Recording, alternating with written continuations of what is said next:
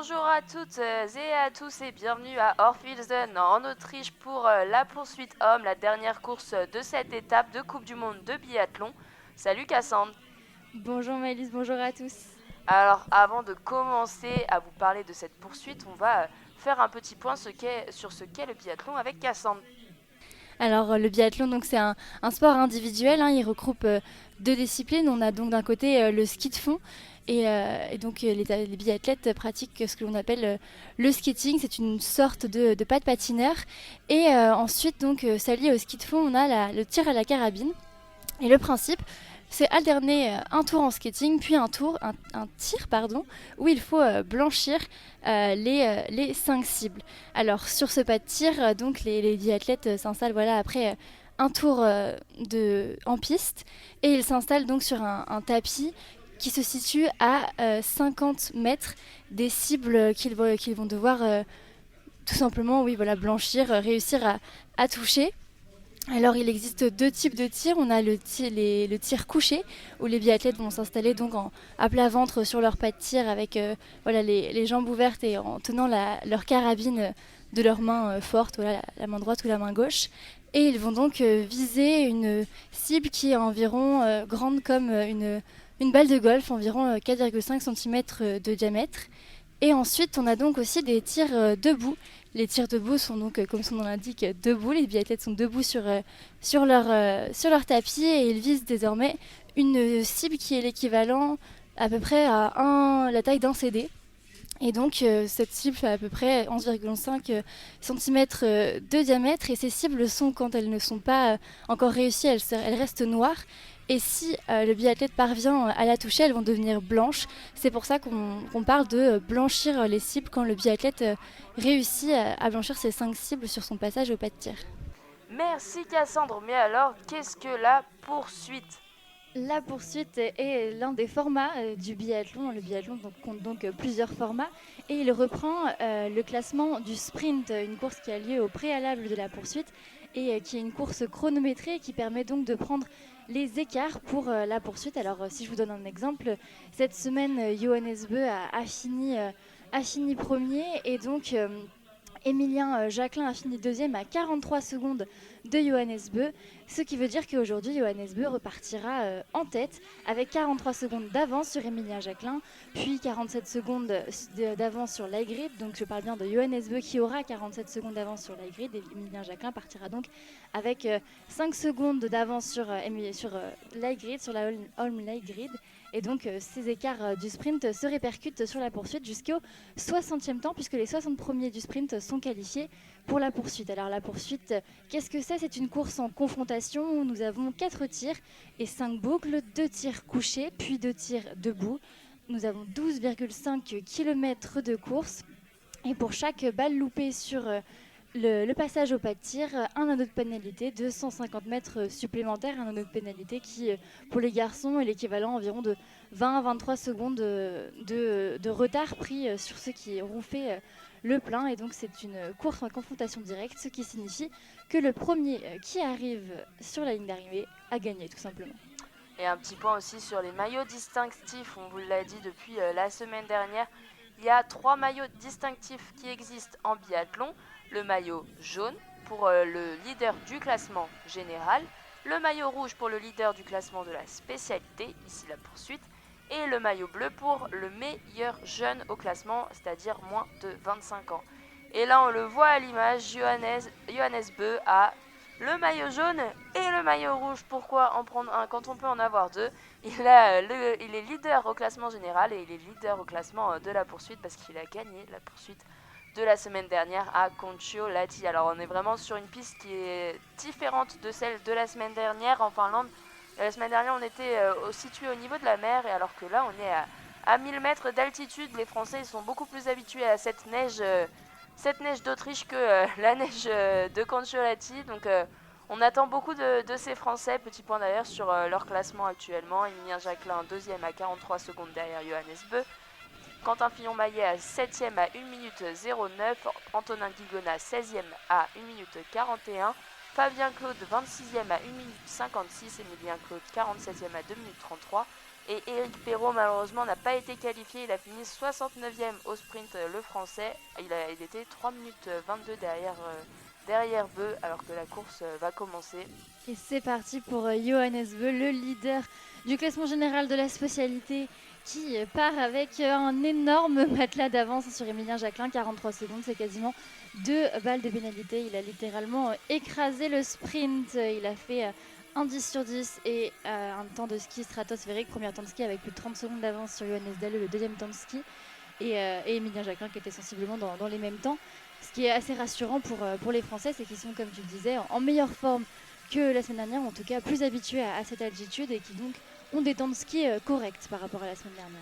Voilà, Emilien Jacquelin qui n'est toujours pas parti alors que Johannes Beu, ça fait 40 secondes qu'il est parti et c'est maintenant pour Emilien Jacquelin qui va vite être rejoint par Sturla Grid, le deuxième au classement général.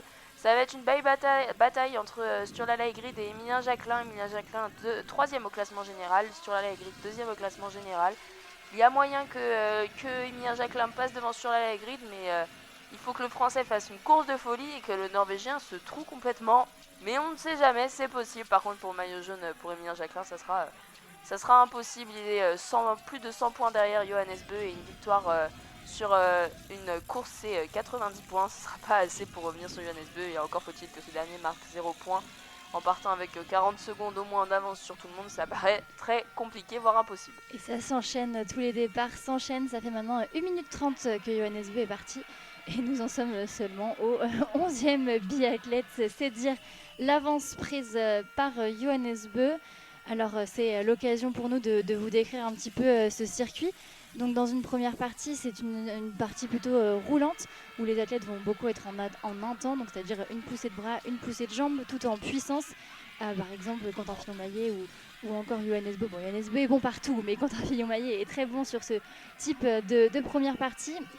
Et le premier intermédiaire est donc plus une indication sur la glisse, sur l'état des skis, puisque les skis sont donc fartés différemment pour chaque équipe et il y a beaucoup de produits qui sont possibles pour farter au mieux ces skis, donc c'est aussi une composante très importante du biathlon, le fartage des techniciens et les tests de ski qui sont faits au préalable. Donc cette première partie permet de vérifier si on a bien farté les skis par rapport aux autres nations. Et enfin, la deuxième partie, on va pouvoir plus évaluer les conditions physiques propres à chaque athlète, puisque c'est une partie plus montante, plus dure physiquement, et donc voilà, qui donne des informations sur le physique, alors que Johannes Beu passe au premier intermédiaire. Alors oui, le fartage, c'est ce que les techniciens mettent en dessous des skis des athlètes. Les techniciens de chaque équipe, donc ça va être des techniciens norvégiens pour Johannes Beu et des techniciens français pour les Français. Évidemment, c'est un sport individuel sur ces courses individuelles, mais c'est aussi un sport d'équipe et les équipes sont nationales, on le rappelle. Et là, on voit Emilien Jacquelin qui va se diriger vers le deuxième intermédiaire et il est Sturla Grid est quasiment rentré dans les skis d'Emilien Jacquelin. Ce qui est plutôt logique, hein, puisqu'ils avaient que 5 secondes d'écart et qu'il est toujours plus facile de rattraper quelqu'un qu'on a en visu, surtout à 5 secondes. Et bon, il n'est pas encore totalement dans les skis, mais voilà, il s'en rapproche très fortement. Il fait l'effort quand il voit qu'Emilien Jacquelin temporise un tout petit peu. Et puis Emilien Jacquelin, il n'a pas forcément beaucoup d'intérêt à essayer de partir comme un boulet de canon sur un premier tour, alors qu'il reste 4 tours, qu'il reste 12 km et que de toute façon, il ne pourra pas. La grid là en visu, donc. Voilà, c'est peut-être plus intelligent même de skier à deux plutôt qu'essayer à tout prix de maintenir l'Aigrid à 5 secondes de distance. Alors que Emilien Jacquelin et l'Aigrid passaient ce premier intermédiaire, Johannes Beu était déjà rendu au deuxième intermédiaire du 1.6. Et oui, il a repris 4 secondes sur ses poursuivants, le Norvégien qui là est rendu dans une grosse montée. Il est à fond, le Norvégien. Et il y a les consignes de son coach qui lui arrivent. Alors les coachs sont situés sur des parties bien précises de la piste. C'est aux organisateurs de définir les parties où les coachs sont autorisés exactement. Et c'est des parties qui sont bien délimitées. Et c'est aux équipes après de choisir quel coach va où. Alors que là on voit, donc je vous avais dit Johannes Beu qui avait passé cet intermédiaire. Et là... c'est Emilien Jacquelin et l'Aigrid qui le passent ce second intermédiaire. Et l'Aigrid a déplacé Emilien Jacquelin alors que la caméra était sur Johannes Beu. On n'a pas vu le dépassement. Mais en tout cas, le Norvégien est passé devant le Français. Et Emilien Jacquelin, c'est plutôt lui qui a perdu du temps, puisque la grid était partie avec 47 secondes. Il en est à 50. Bon, voilà, il a perdu 2-3 secondes, mais Emilien Jacquelin était quand même parti à 43 secondes. Ça fait déjà 7 secondes pour le Français de perdu sur Johannes Beu. Alors que on voit passer en 5e position Rastorgueïev, qui est un petit peu une surprise de ce sprint. Alors, c'est un nom connu dans la planète biathlon, mais pas forcément toujours aux avant-postes. Et donc, c'était une très belle réussite pour Rastorgueïev qui avait fait un temps de ski à plus d'une minute, mais un 10 sur 10 qui lui a permis d'être très bien classé. Quentin Fillon-Maillet à 1 minute 19 à présent au deuxième intermédiaire derrière Johannes Beu. Il a perdu 10 secondes sur la tête de course, mais il est toujours dans le match pour le podium, à 30 secondes du podium, le français. Et c'est déjà l'heure pour Johannes Beu d'arriver sur le pas de tir, le premier tir couché avec un petit peu de vent, les fanons rouges qui servent à indiquer le vent virevolte un petit peu. On sait que le pas de tir d'Orphison peut être un petit peu venteux, un petit peu compliqué. Il enlève sa carabine de son dos. Johannes Beu, il la met devant lui. Il replace son chargeur pour se préparer à tirer. Et ça y est, il s'allonge sur son tapis. Coude gauche et coude droit aussi également sur le tapis. Et c'est parti, il vise, c'est parti pour le premier tir couché. Johannes Beu qui n'a pas de cache à l'œil, contrairement à certains biathlètes. Et la première est plein centre, la deuxième aussi, ça va très vite avec Johannes Beu, la troisième est dedans plein centre, la quatrième toujours au centre, un petit peu haute, et là la dernière était tendance droite et ça a failli sortir. Bon, c'était un tout petit cordon, c'était pas vraiment beaucoup de chance qu'il lui fallait pour rentrer celle-là, mais elle était légèrement à droite. C'est un 5 sur 5 finalement pour le Norvégien. Et un cordon, on le rappelle, c'est quand la balle est vraiment sur la limite entre le diamètre de la cible couchée et là en l'occurrence de la cible debout. Mais très très petit cordon, c'était quand même bien dans la cible couchée alors que Laigrid et Jacquelin s'installent alors que Johannes Beu est déjà reparti depuis 20 secondes. Ouais, Johannes Beu, c'est une fusée sur la piste. On va plus voir pour le podium que pour Johannes Beu s'il fait pas d'erreur devant. Alors que là, Emilien Jacquelin prend son temps pour tirer. C'est Laigrid qui tire le premier. Il a déjà mis 2 balles dedans. Laigrid 3 maintenant. Alors que Emilien Jacquelin en a mis seulement 2. 4 dedans pour Laigrid. Le 5 sur 5 pour Laigrid. Jacquelin, il est à 4 sur 4 pour l'instant. Et le 5 sur 5, c'est bien. Le Français qui va rester au contact du Norvégien. Et là, on va suivre le tir de Quentin Fillon-Maillet avec Ponsiluoma, Rastorgueïev, Andersen, Dalleux et Strelo, l'Allemand. Pour l'instant, il y a une faute pour Ponsiluoma, une faute pour Rastorgueïev, une faute pour Andersen. Ponsiluoma, c'est fini, il n'y aura finalement qu'une seule faute. Quentin Fillon-Maillet, il peut ressortir avec le 5 sur 5 alors que Rastorgueïev a commis une faute aussi. 2 fautes, pardon. Andersen, le Norvégien, il va faire un 4 sur 5. Quentin Fillon-Maillet, le 5 sur 5, ça va le faire remonter alors qu'il y a eu des erreurs devant lui. Johannes Dalleux qui fait le 5 sur 5 aussi. Il se replace alors peut-être en 4e position. On va voir ça tout de suite à la sortie du pas de tir entre ceux qui sont allés tourner, qui a été un petit peu avant lui. Oui, c'est ça. Quentin Fillon-Maillet ressort 4e à 1 minute 23. Johannes Dalleux est 5e à 1 minute 26. C'est vous dire les écarts. Mais on va plutôt regarder par rapport à la 2e et 3e position. Voilà, il a environ 30 secondes d'Emilien Jacquelin et de Sturla-Holm Laigrid. Décidément pas facile à prononcer ce nom de Norvégien.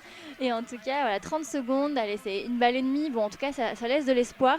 Il va falloir continuer à faire des 5 sur 5 vu l'avance qu'il y a devant pour espérer un podium. Du côté des autres Français, Antonin Guigonnet a aussi fait le 5 sur 5. Celui qui était parti en 16e position ressort de ce pas de tir en 13e position à 1 minute 50 derrière Johannes Beu. Fabien Claude a aussi fait le 5 sur 5. Il est maintenant 22e alors qu'il était parti en 26e position. Il a gagné 4 places. Il est maintenant à 2 minutes derrière Johannes Beu, évidemment. Johannes Beu qui met déjà 50 secondes au deuxième. Donc ça paraît normal qu'il y ait des gros écarts après. Et Emilien Claude qui est en train de tirer 3 sur 3 pour l'instant pour le Français. Le jeune Français frère de Fabien Claude, 5 sur 5. Très bon premier tir pour Emilien Claude qui est le plus jeune de l'équipe en l'absence d'Éric Perrault. Et on voit Johannes Beu déjà au premier intermédiaire du 3 km 6. Il a l'air tranquille pour l'instant sur les skis, le Norvégien. Ça se voit qu'il est confiant, il prend du temps sur ses concurrents. Et là, il monte la petite montée après le premier intermédiaire. La petite montée qui est quand même un peu longue et un peu raide, hein, on va pas se mentir. Mais pour les biathlètes, c'est une petite montée comme une autre. Et là, il y a Emilien Jacquelin qui est rentré dans les skis de Strula Laigrid. Il était ressorti avec quelques secondes de retard sur le Norvégien, 3 secondes de retard sur le Norvégien, et il rentre tranquillement dans les skis. Mais ils sont bien derrière, les poursuivants de Johannes Bö.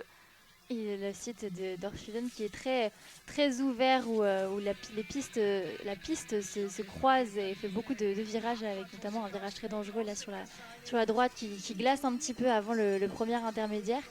Et donc cette piste qui est pleine de méandres permet aux biathlètes de voir leurs poursuivants, de les croiser parfois. Alors sauf qu'on a 55 secondes de retard sur Johannes Bö, l'écart là avec Emilien Jacquelin et Laigrid au premier intermédiaire de ce deuxième tour, mais ça permet un petit peu de jauger la concurrence. Ça peut être intéressant notamment dans les derniers tours ou les troisièmes tours, quand il faut savoir économiser un petit peu de sa force pour en garder au meilleur des moments. C'est assez pratique, même si bien sûr les entraîneurs donnent des indications de temps, tout comme des indications de tir, notamment entre les deux tirs du même type, donc couché et debout.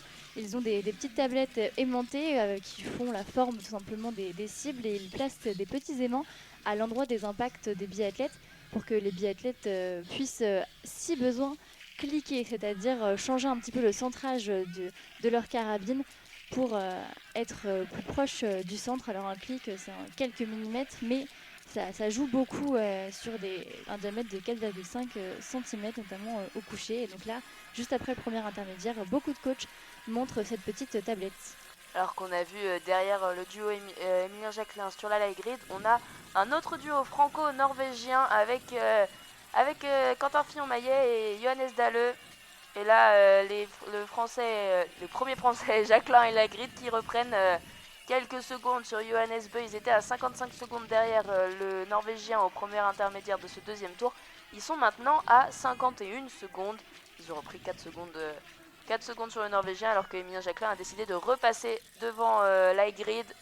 Et là, on voit ce fameux duo Quentin Fillon-Maillet et Dahle arriver au deuxième intermédiaire. Et c'est beaucoup plus serré hein, après le podium qui se détache. Quentin Fillon-Maillet à plus de 1 minute 32, mais ensuite on a allé on va dire jusqu'à Antonin Guigona 14e, mais même jusqu'à Strolia 16e, puis ça s'enchaîne.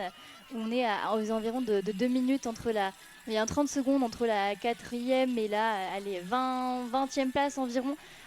Jusqu'à Fabien Claude en 22e position qui est à plus 2 minutes 03, alors que Quentin Fillon-Maillet est en 4e position à plus 1,32. Donc c'est beaucoup plus resserré. Le gros paquet qui vient de passer le deuxième intermédiaire, ils sont beaucoup dans ce paquet-là. On dirait une Mastart. La Mastart, première Mastart de la saison, ça sera la semaine prochaine, que vous allez pouvoir suivre au Grand Bornand avec Asa France aussi. Et on vous expliquera tout sur la Mastart. Mais ces gros paquets de biathlètes, vous allez les voir beaucoup la semaine prochaine.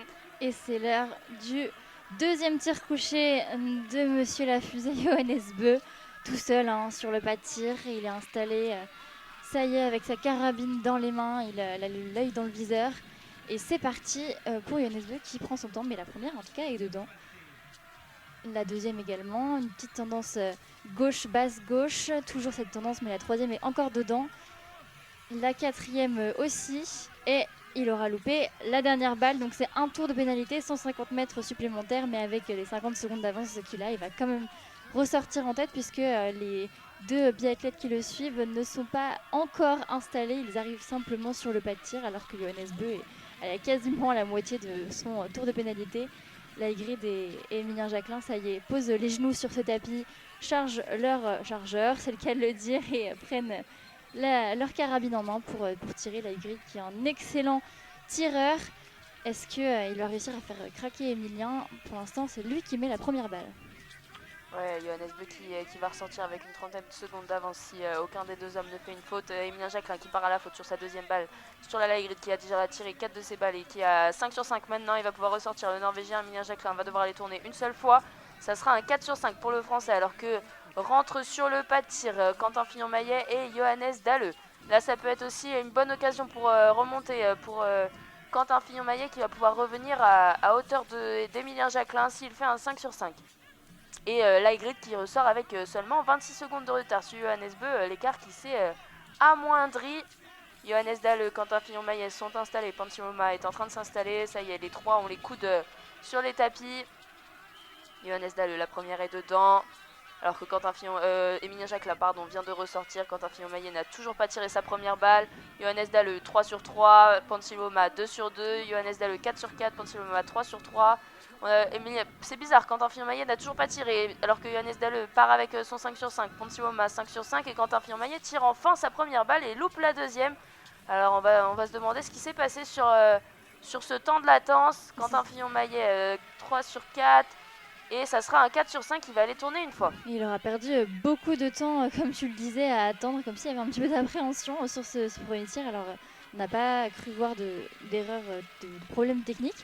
Mais en tout cas, c'était extrêmement long pour le Français. C'est comme s'il avait fait un 3 sur 5. Hein. Même s'il a fait un 4 sur 5, il a mis 20 secondes avant de tirer sa première balle, ce qui est vraiment beaucoup, hein, comme vous l'a dit Maëlys. Il y avait Johannes Dalle qui avait déjà tiré ses 5 balles que Quentin n'avait pas encore commencé. Et Johannes Dalle qui tient à sa place en équipe de Norvège, qui est extrêmement, extrêmement dense. On sait qu'en IBU Cup, les jeunes Norvégiens poussent beaucoup. IBU Cup, c'est le circuit qui est juste en dessous de la Coupe du Monde. Et voilà, c'est la Dream Team norvégienne. Et Johannes Dalle, on avait été écarté la saison dernière. Et cette année, en raison des problèmes de santé de Bakken, il a pu revenir. Il a gagné sa place face à Bjørntegal la semaine passée pour rester sur ce circuit. Et pour l'instant, il fait plaisir au coach puisqu'il ressort 4e du deuxième tir.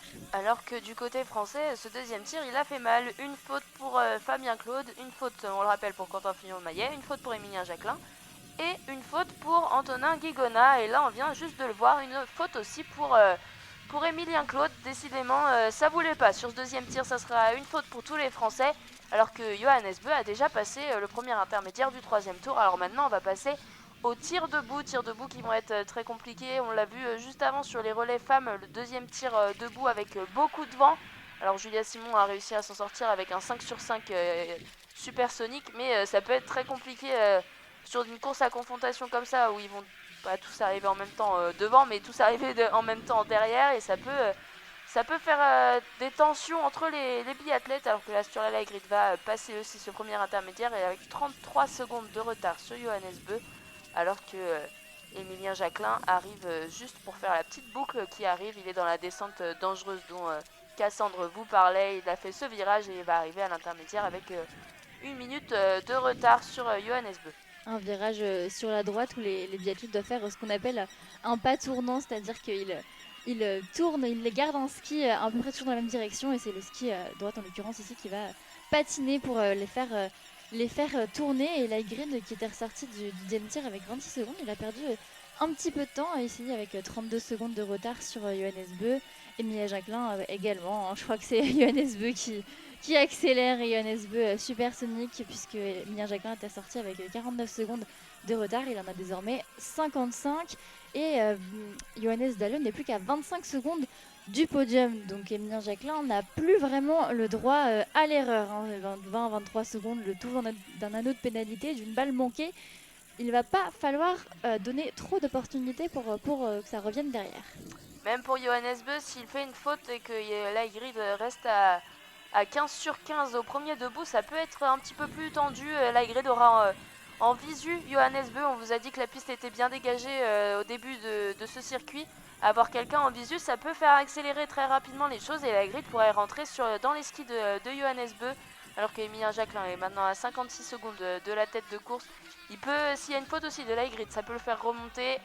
Là, ça va vraiment se jouer sur le pas de tir, parce que sur les skis, ça paraît compliqué de remplir les écarts actuels. Et si Johannes Bö a fait une faute sur ce troisième tir, même si Lægreid n'arrive peut-être pas à le rattraper, ça mettra de toute façon la pression à Johannes Bö, qui n'aura plus vraiment de marge d'erreur sur le dernier tir. Bon, on n'en est pas encore là, hein. Pour l'instant, Johannes Bö a réalisé un 9 sur 10 et a toujours 35 secondes d'avance.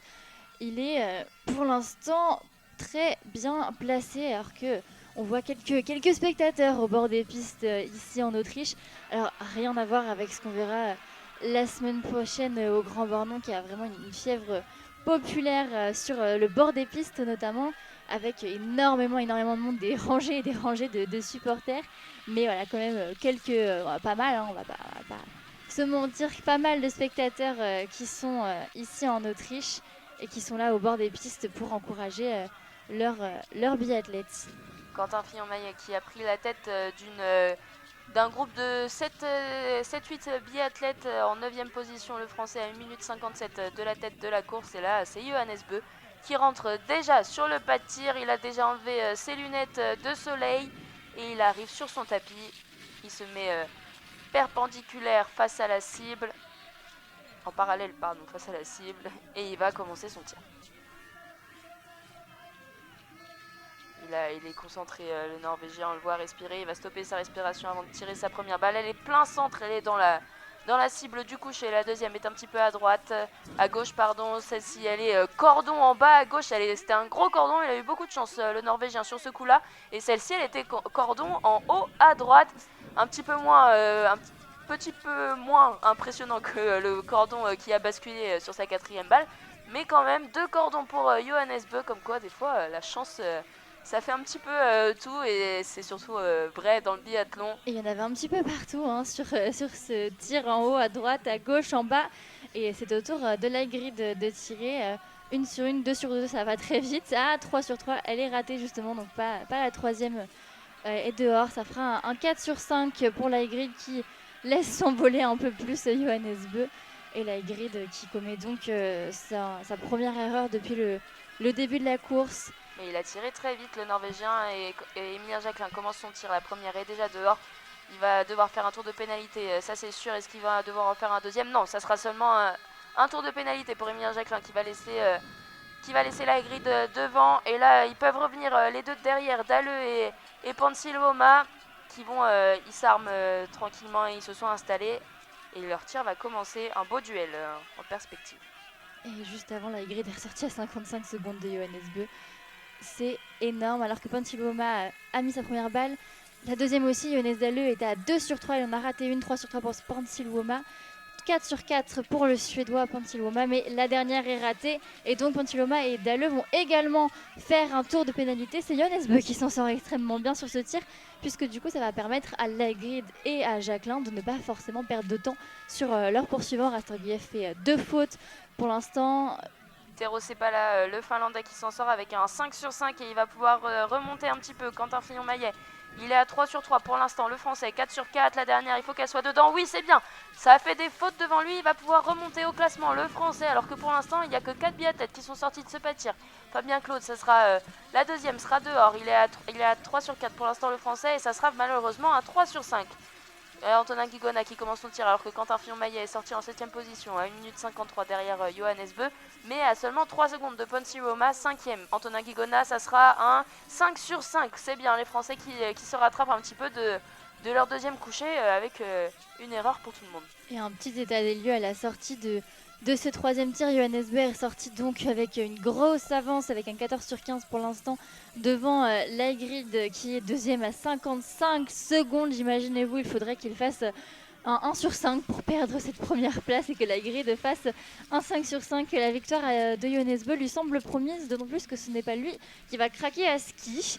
En 3e position, Emilien Jacquelin avec son 13 sur 15 est à 1 minute 15. En 4e position, on a donc Tero Sepala qui est à 15 sur 15, le Finlandais. Et puis ensuite, Martin Pansilvoma à 1 minute 50. Johannes Dalleux en 6e position à 1 minute 50 également. Et Quentin Fillon-Maillet qui est aux portes de la cérémonie des fleurs en 7e position à 1 minute 53. Et à noter, pas de problème à noter également la bonne 9e place pour l'instant de Nicolas Hardbeg. Le meilleur jaune, le Suisse qui a fait déjà très bonne impression avec un podium la semaine dernière sur l'individuel. Oui, c'est bien, les Français qui sont un petit peu remontés sur ce classement. On vous l'a dit avec Quentin Fillon-Maillet. Fabien Claude, par contre, avec ses 2 erreurs, lui, va redescendre un petit peu. Je cherche Antonin Guigona sur le classement. Il est ressorti 12e. 12e, Antonin Guigona qui remonte. Ça fait du bien de voir les Français remonter comme ça. Il va par contre falloir continuer ainsi sur le 2e tir debout. Alors que là, on voit sur le premier intermédiaire du 4e tour, Johannes Beu avec 1 minute d'avance. Il est intouchable aujourd'hui, même en faisant un 1 sur 5, il serait capable de gagner. Même en faisant un 0, il serait capable de gagner. Il est intouchable en ce début de saison. Le Norvégien, il nous rappelle le Johannes Beu des grands jours, celui qui avait concouru face à Martin Fourcade quand ce dernier était encore sur le circuit. Et par contre, Emilien Jacquelin à 19 secondes de la deuxième place, ça peut jouer. Ça peut jouer, et puis tu parlais face à Martin, mais on a eu aussi également une saison Johannes Beu, Laigred, qui était un petit peu la révélation de la saison 2020, et voilà, c'est un petit peu le retour de ce duel, même si là il y a quand même 1 minute d'écart entre les deux, mais ça fait plaisir de les revoir aux avant-postes, Laigred qui était déjà aux avant-postes la semaine dernière. Un duel norvégien avec Emilien Jacquelin pour arbitrer le débat, en tout cas sur les 3 premières places du classement général. Ça fait plaisir d'avoir un petit peu les couleurs françaises.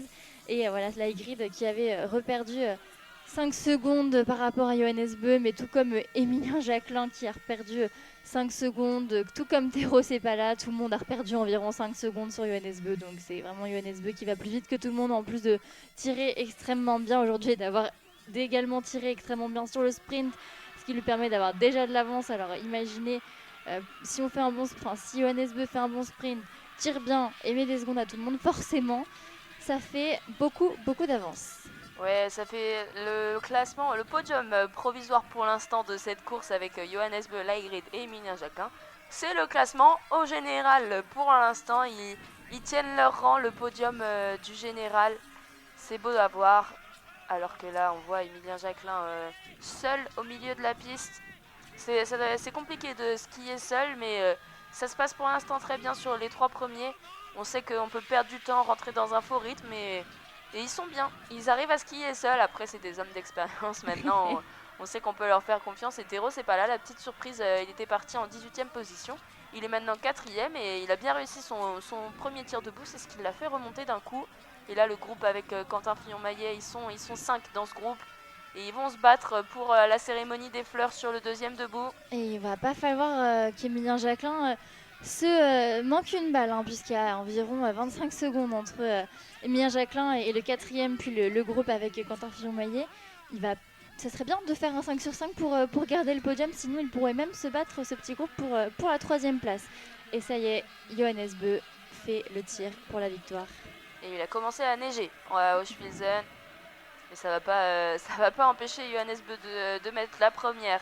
La deuxième est dehors, elle est en haut à gauche, elle était très loin de la cible. Celle-ci un petit peu en haut, mais elle est dedans. Celle-ci plein centre dans la cible du coucher. Et celle-là en haut à droite une nouvelle fois. Un petit peu de chance pour Johannes Beu qui loupe une seule de ses balles. C'était vraiment pas très groupé ce tir, mais ça rentre, c'est le principal. Ça va faire un 4 sur 5 et il va aller remporter cette course, le Norvégien. Haut la main, il va la remporter avec au moins 45 secondes d'avance. Si ce n'est une cinquantaine de secondes, s'il y a un 5 sur 5 après, donc il peut même gagner avec 1 minute 30 d'avance, ça serait exceptionnel. On va suivre le duel Laigrid et Emilien Jacquelin à présent. On attend l'arrivée de Laigrid. Beaucoup de suspense sur cette course. On voit l'entraîneur de tir Siegfried Mazé derrière sa jumelle, heureux de ce tir, même s'il y a une balle manquée. Et il va pouvoir se reconcentrer sur désormais l'autre Norvégien du jour, Laigrid, qui s'apprête à tirer. Ça y est, il a la carabine dans les mains et c'est une balle déjà de raté, tout comme Johannes Beu. 3 sur 4, non, je m'en mêle les pinceaux, mais en tout cas il a fait une erreur. Voilà, un 4 sur 5 et Emilien Jacquelin qui peut donc espérer revenir avec un beau 5 sur 5. Il pourrait revenir sur Laigrid si il tire assez vite. Oui, il va falloir tirer rapidement, il va falloir être très propre. Et la première est dedans, et ça enchaîne très bien, 2 sur 2, 3 sur 3, il faut aller continuer, c'est bien. À la 4e et dehors malheureusement, il va falloir tourner très vite, on l'a dit, il y a un petit groupe de poursuivants derrière, mais c'est possible. Emilien Jacquelin qui va sûrement rester sur le podium, alors qu'il commence son tour de pénalité et que le groupe de poursuivants s'installe tout juste, il va falloir aller vite, mais ça peut le faire, alors que Quentin Fillon-Maillet peut aussi remonter des places. Et là, ça va se jouer pour la cérémonie des fleurs entre Théro Sepala qui loupe sa première balle, Quentin Fillon-Maillet qui la met cette fois-ci. Il tire vite, le français. 2 fautes pour Sepala, 3 sur 3 pour Quentin Fillon-Maillet, 1 faute pour Ponsiluoma sur la 3e balle, 5 sur 5 pour Quentin Fillon-Maillet. Il va pouvoir ressortir avec Emilien Jacquelin. Ponsiluoma qui a fait 1 faute, Dalleux 1 faute, Ponsiluoma finalement 2 fautes, Dalleux toujours 1 faute, Jacomel 1 faute. Dalleux qui commettra 2 fautes, ils auront de la marge. Quentin Fillon-Maillet aura de la marge sur ses poursuivants pour la 4e place. Et tout le monde a fait des fautes autour de Quentin. Et c'est finalement le jeune Hardweg qui refait un 5 sur 5 et qui lui aussi va extrêmement bien se placer avec une sortie en 5e position à une cérémonie des fleurs sans doute pour Hardweg. Très bonne 2 premières étapes même pour le Suisse. Alors un petit point actuellement sur les écarts. Alors Johannes Beu évidemment va venir gagner cette course avec 57 secondes d'avance pour l'instant sur la grid. Emilien Jacquelin est à 1 minute 17 de Johannes Beu et à une vingtaine de secondes de la grid. Quentin Fillon-Maillet est à 10 secondes de Emilien Jacquelin en 4e position. Est-ce que ça peut jouer pour le podium? Ça va rester en suspens. Et Rastor Guyev qui vient de faire un 1 sur 5 sur ce dernier tir. 4 erreurs. Ça fait beaucoup pour Rastor Guyev qui avait fait un très beau sprint. Mais malheureusement, il a totalement craqué sur ce dernier tir. Du côté des Français, Antonin Guigona a commis une erreur. Il est ressorti en 13e position. Il a gardé sa place dans laquelle il était rentré dans le pas de tir. Et Fabien Claude n'a pas commis d'erreur, donc ça lui permet de rentrer, d'arriver juste derrière Antonin Guigona à 2 secondes de ce dernier. Les Français qui sont en duo, on va dire. On a un Français en 3e et 4e place et 2 Français en 13e et 14e place. On attend de voir le tir de Emilien Claude. On vous tiendra au courant évidemment. Et Johannes Beu qui était ressorti donc du pas de tir avec 56 secondes d'avance. Il va finir son tour un petit peu tranquille, le Norvégien. Là, il n'y a absolument aucun suspense. 56 secondes d'avance, imaginez-vous. C'est tout simplement incroyable. Johannes Beu is back. Johannes Beu est de retour. Johannes Beu veut manger du cristal cette année. Ouais, alors que Emilien Claude n'est toujours pas ressorti du pas de tir.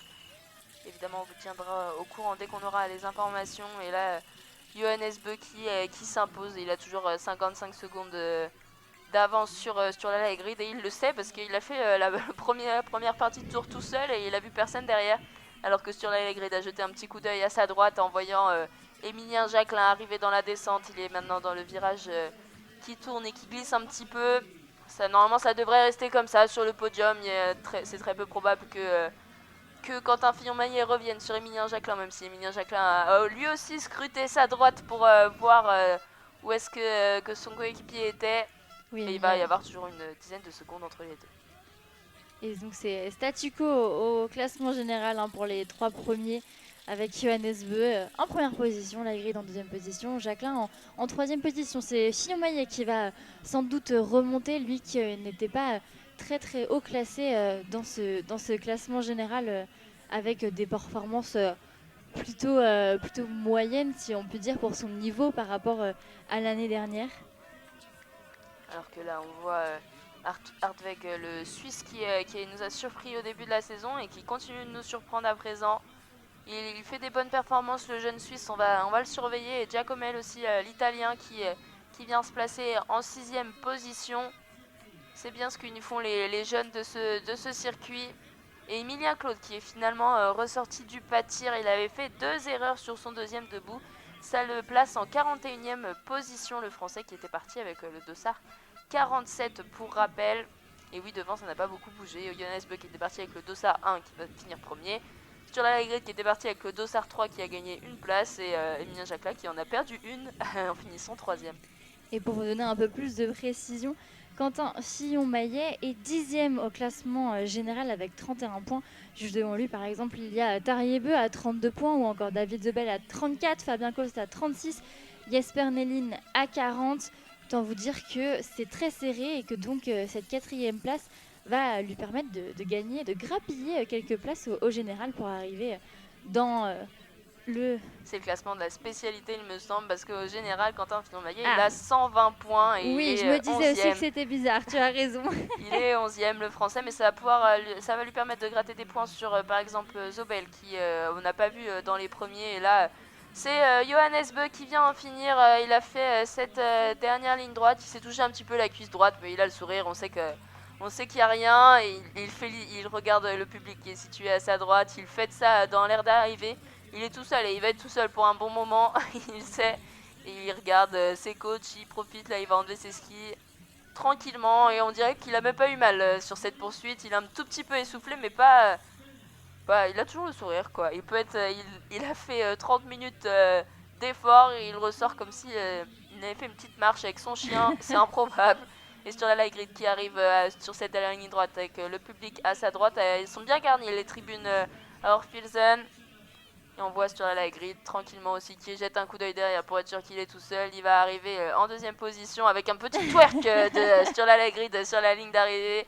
Il a le sourire et il va se faire féliciter par Johannes Beu. Il va aussi féliciter le maillot jaune et rouge. Il ne pouvait pas faire mieux aujourd'hui. Je pense qu'il n'y a aucun regret de la part de la Grid, même avec un 20 sur 20. Ça aurait été extrêmement compliqué face à Johannes Beu, tout comme Émilien Jacquelin qui disait avant le sprint que Johannes Beu était prenable. Alors il est prenable, mais ça ne sera pas pour cette semaine, puisqu'il a fini deuxième sur le sprint derrière Johannes Beu et enfin troisième sur cette poursuite. Et Quentin Fillon-Maillet qui en termine à la 4e position. Et Quentin Fillon-Maillet, donc on répète, qui est 12e au général avec 120 points. Et Émilien Jacquelin qui est arrivé 1 minute 13 derrière Johannes Beu, Quentin Fillon 1 minute 22, Quentin Fillon-Maillet, pardon, 1 minute 22, et Hardweg qui vient de passer à la ligne en 5e position, Jack Hummel en 6e position, et Jakob Fak en 7e position, le Slovène qui vient faire une belle performance. Il y aura une petite photo entre Dalleux et Samuelsson pour savoir qui a franchi la ligne en premier. Alors Johannes Beu qui a commis 2 fautes, la Grid 2 fautes, et Émilien Jacquelin 3 fautes. Alors il a quand même fait une belle performance à ski, le français, alors que Quentin Fillon-Maillet avait commis une seule erreur. Et là, c'est Fabien Claude qui vient passer la ligne en 11e position, le français qui était parti en 26e position. Une belle remontée. Pour Antonin Guigona, ça sera à peu près dans le même temps du classement. Il était parti 16e, il va arriver 15e, le français. Et on va attendre l'arrivée de Émilien Claude qui est un petit peu plus loin derrière, autour de la 40e place. Pour l'instant, sans surprise, c'est bien Johannes Beu qui a le meilleur temps de ski sur cette course, suivi de près par Johannes Dalleux. Mais voilà, Johannes Beu avait de toute façon un petit peu relâché sur le dernier tour, puisqu'il avait tellement d'avance sur ses poursuivants. Il pouvait faire un petit tour de récup, finalement, il n'aura peut-être pas besoin de le faire après. Il l'a fait en pleine course, Johannes Beu, alors qu'on est environ à la 23e position avec un Ukrainien, Dutchenko, qui arrive sur la ligne d'arrivée. Eh bien, on aura 2 Français à la cérémonie des fleurs et un Français sur le podium avec Émilien Jacquelin. C'est le Français qui prend tous les podiums. C'est le seul à être monté sur un podium pour l'instant, en individuel évidemment. Et Quentin Fillon-Maillet qui remonte. On le savait qu'il était, c'est un diesel. Il a eu du mal la semaine dernière et il commence à aller mieux cette semaine. Alors ça promet pour le Grand Bornand en France la semaine prochaine et il peut donner beaucoup, surtout sur une mass start. On sait qu'il aime ces confrontations, le français. Donc on va attendre l'étape de la semaine prochaine avec beaucoup de plaisir. Et il sera sans doute galvanisé par toute la foule qui va acclamer les Français la semaine prochaine. Ça va être magique. Donc un petit rappel du top 6 de la cérémonie des fleurs: Johannes Beu, Laigrid, Émilien Jacquelin, Quentin Fillon-Maillet, Hardweg et enfin Jack Hummel qui fait également une très bonne course, l'Italien. Et bien voilà, c'est la fin de cette poursuite homme à Orpilsen. C'est aussi la fin de cette étape à Orpilsen. On a bien vibré avec une belle semaine pour les Français. Et on attend de voir ce que ça peut donner la semaine prochaine en France. On sait que c'est une équipe diesel. On a eu un petit peu de mal la semaine dernière à Canciolati. Mais ça fait plaisir de les voir à ce niveau. Et on va se retrouver dès jeudi à 14h10 pour le sprint homme. Ça sera évidemment commenté en audio-description avec ASA France et le sprint femme vendredi à 14h15. La mass start sera la mass start dont on vous parle. Ça sera dimanche et les poursuites seront samedi. Les 2 poursuites et les 2 mass start samedi et dimanche. Et bien en tout cas, c'était un plaisir d'être avec toi, Cassandre. Et puis on se dit à la semaine prochaine. À la semaine prochaine.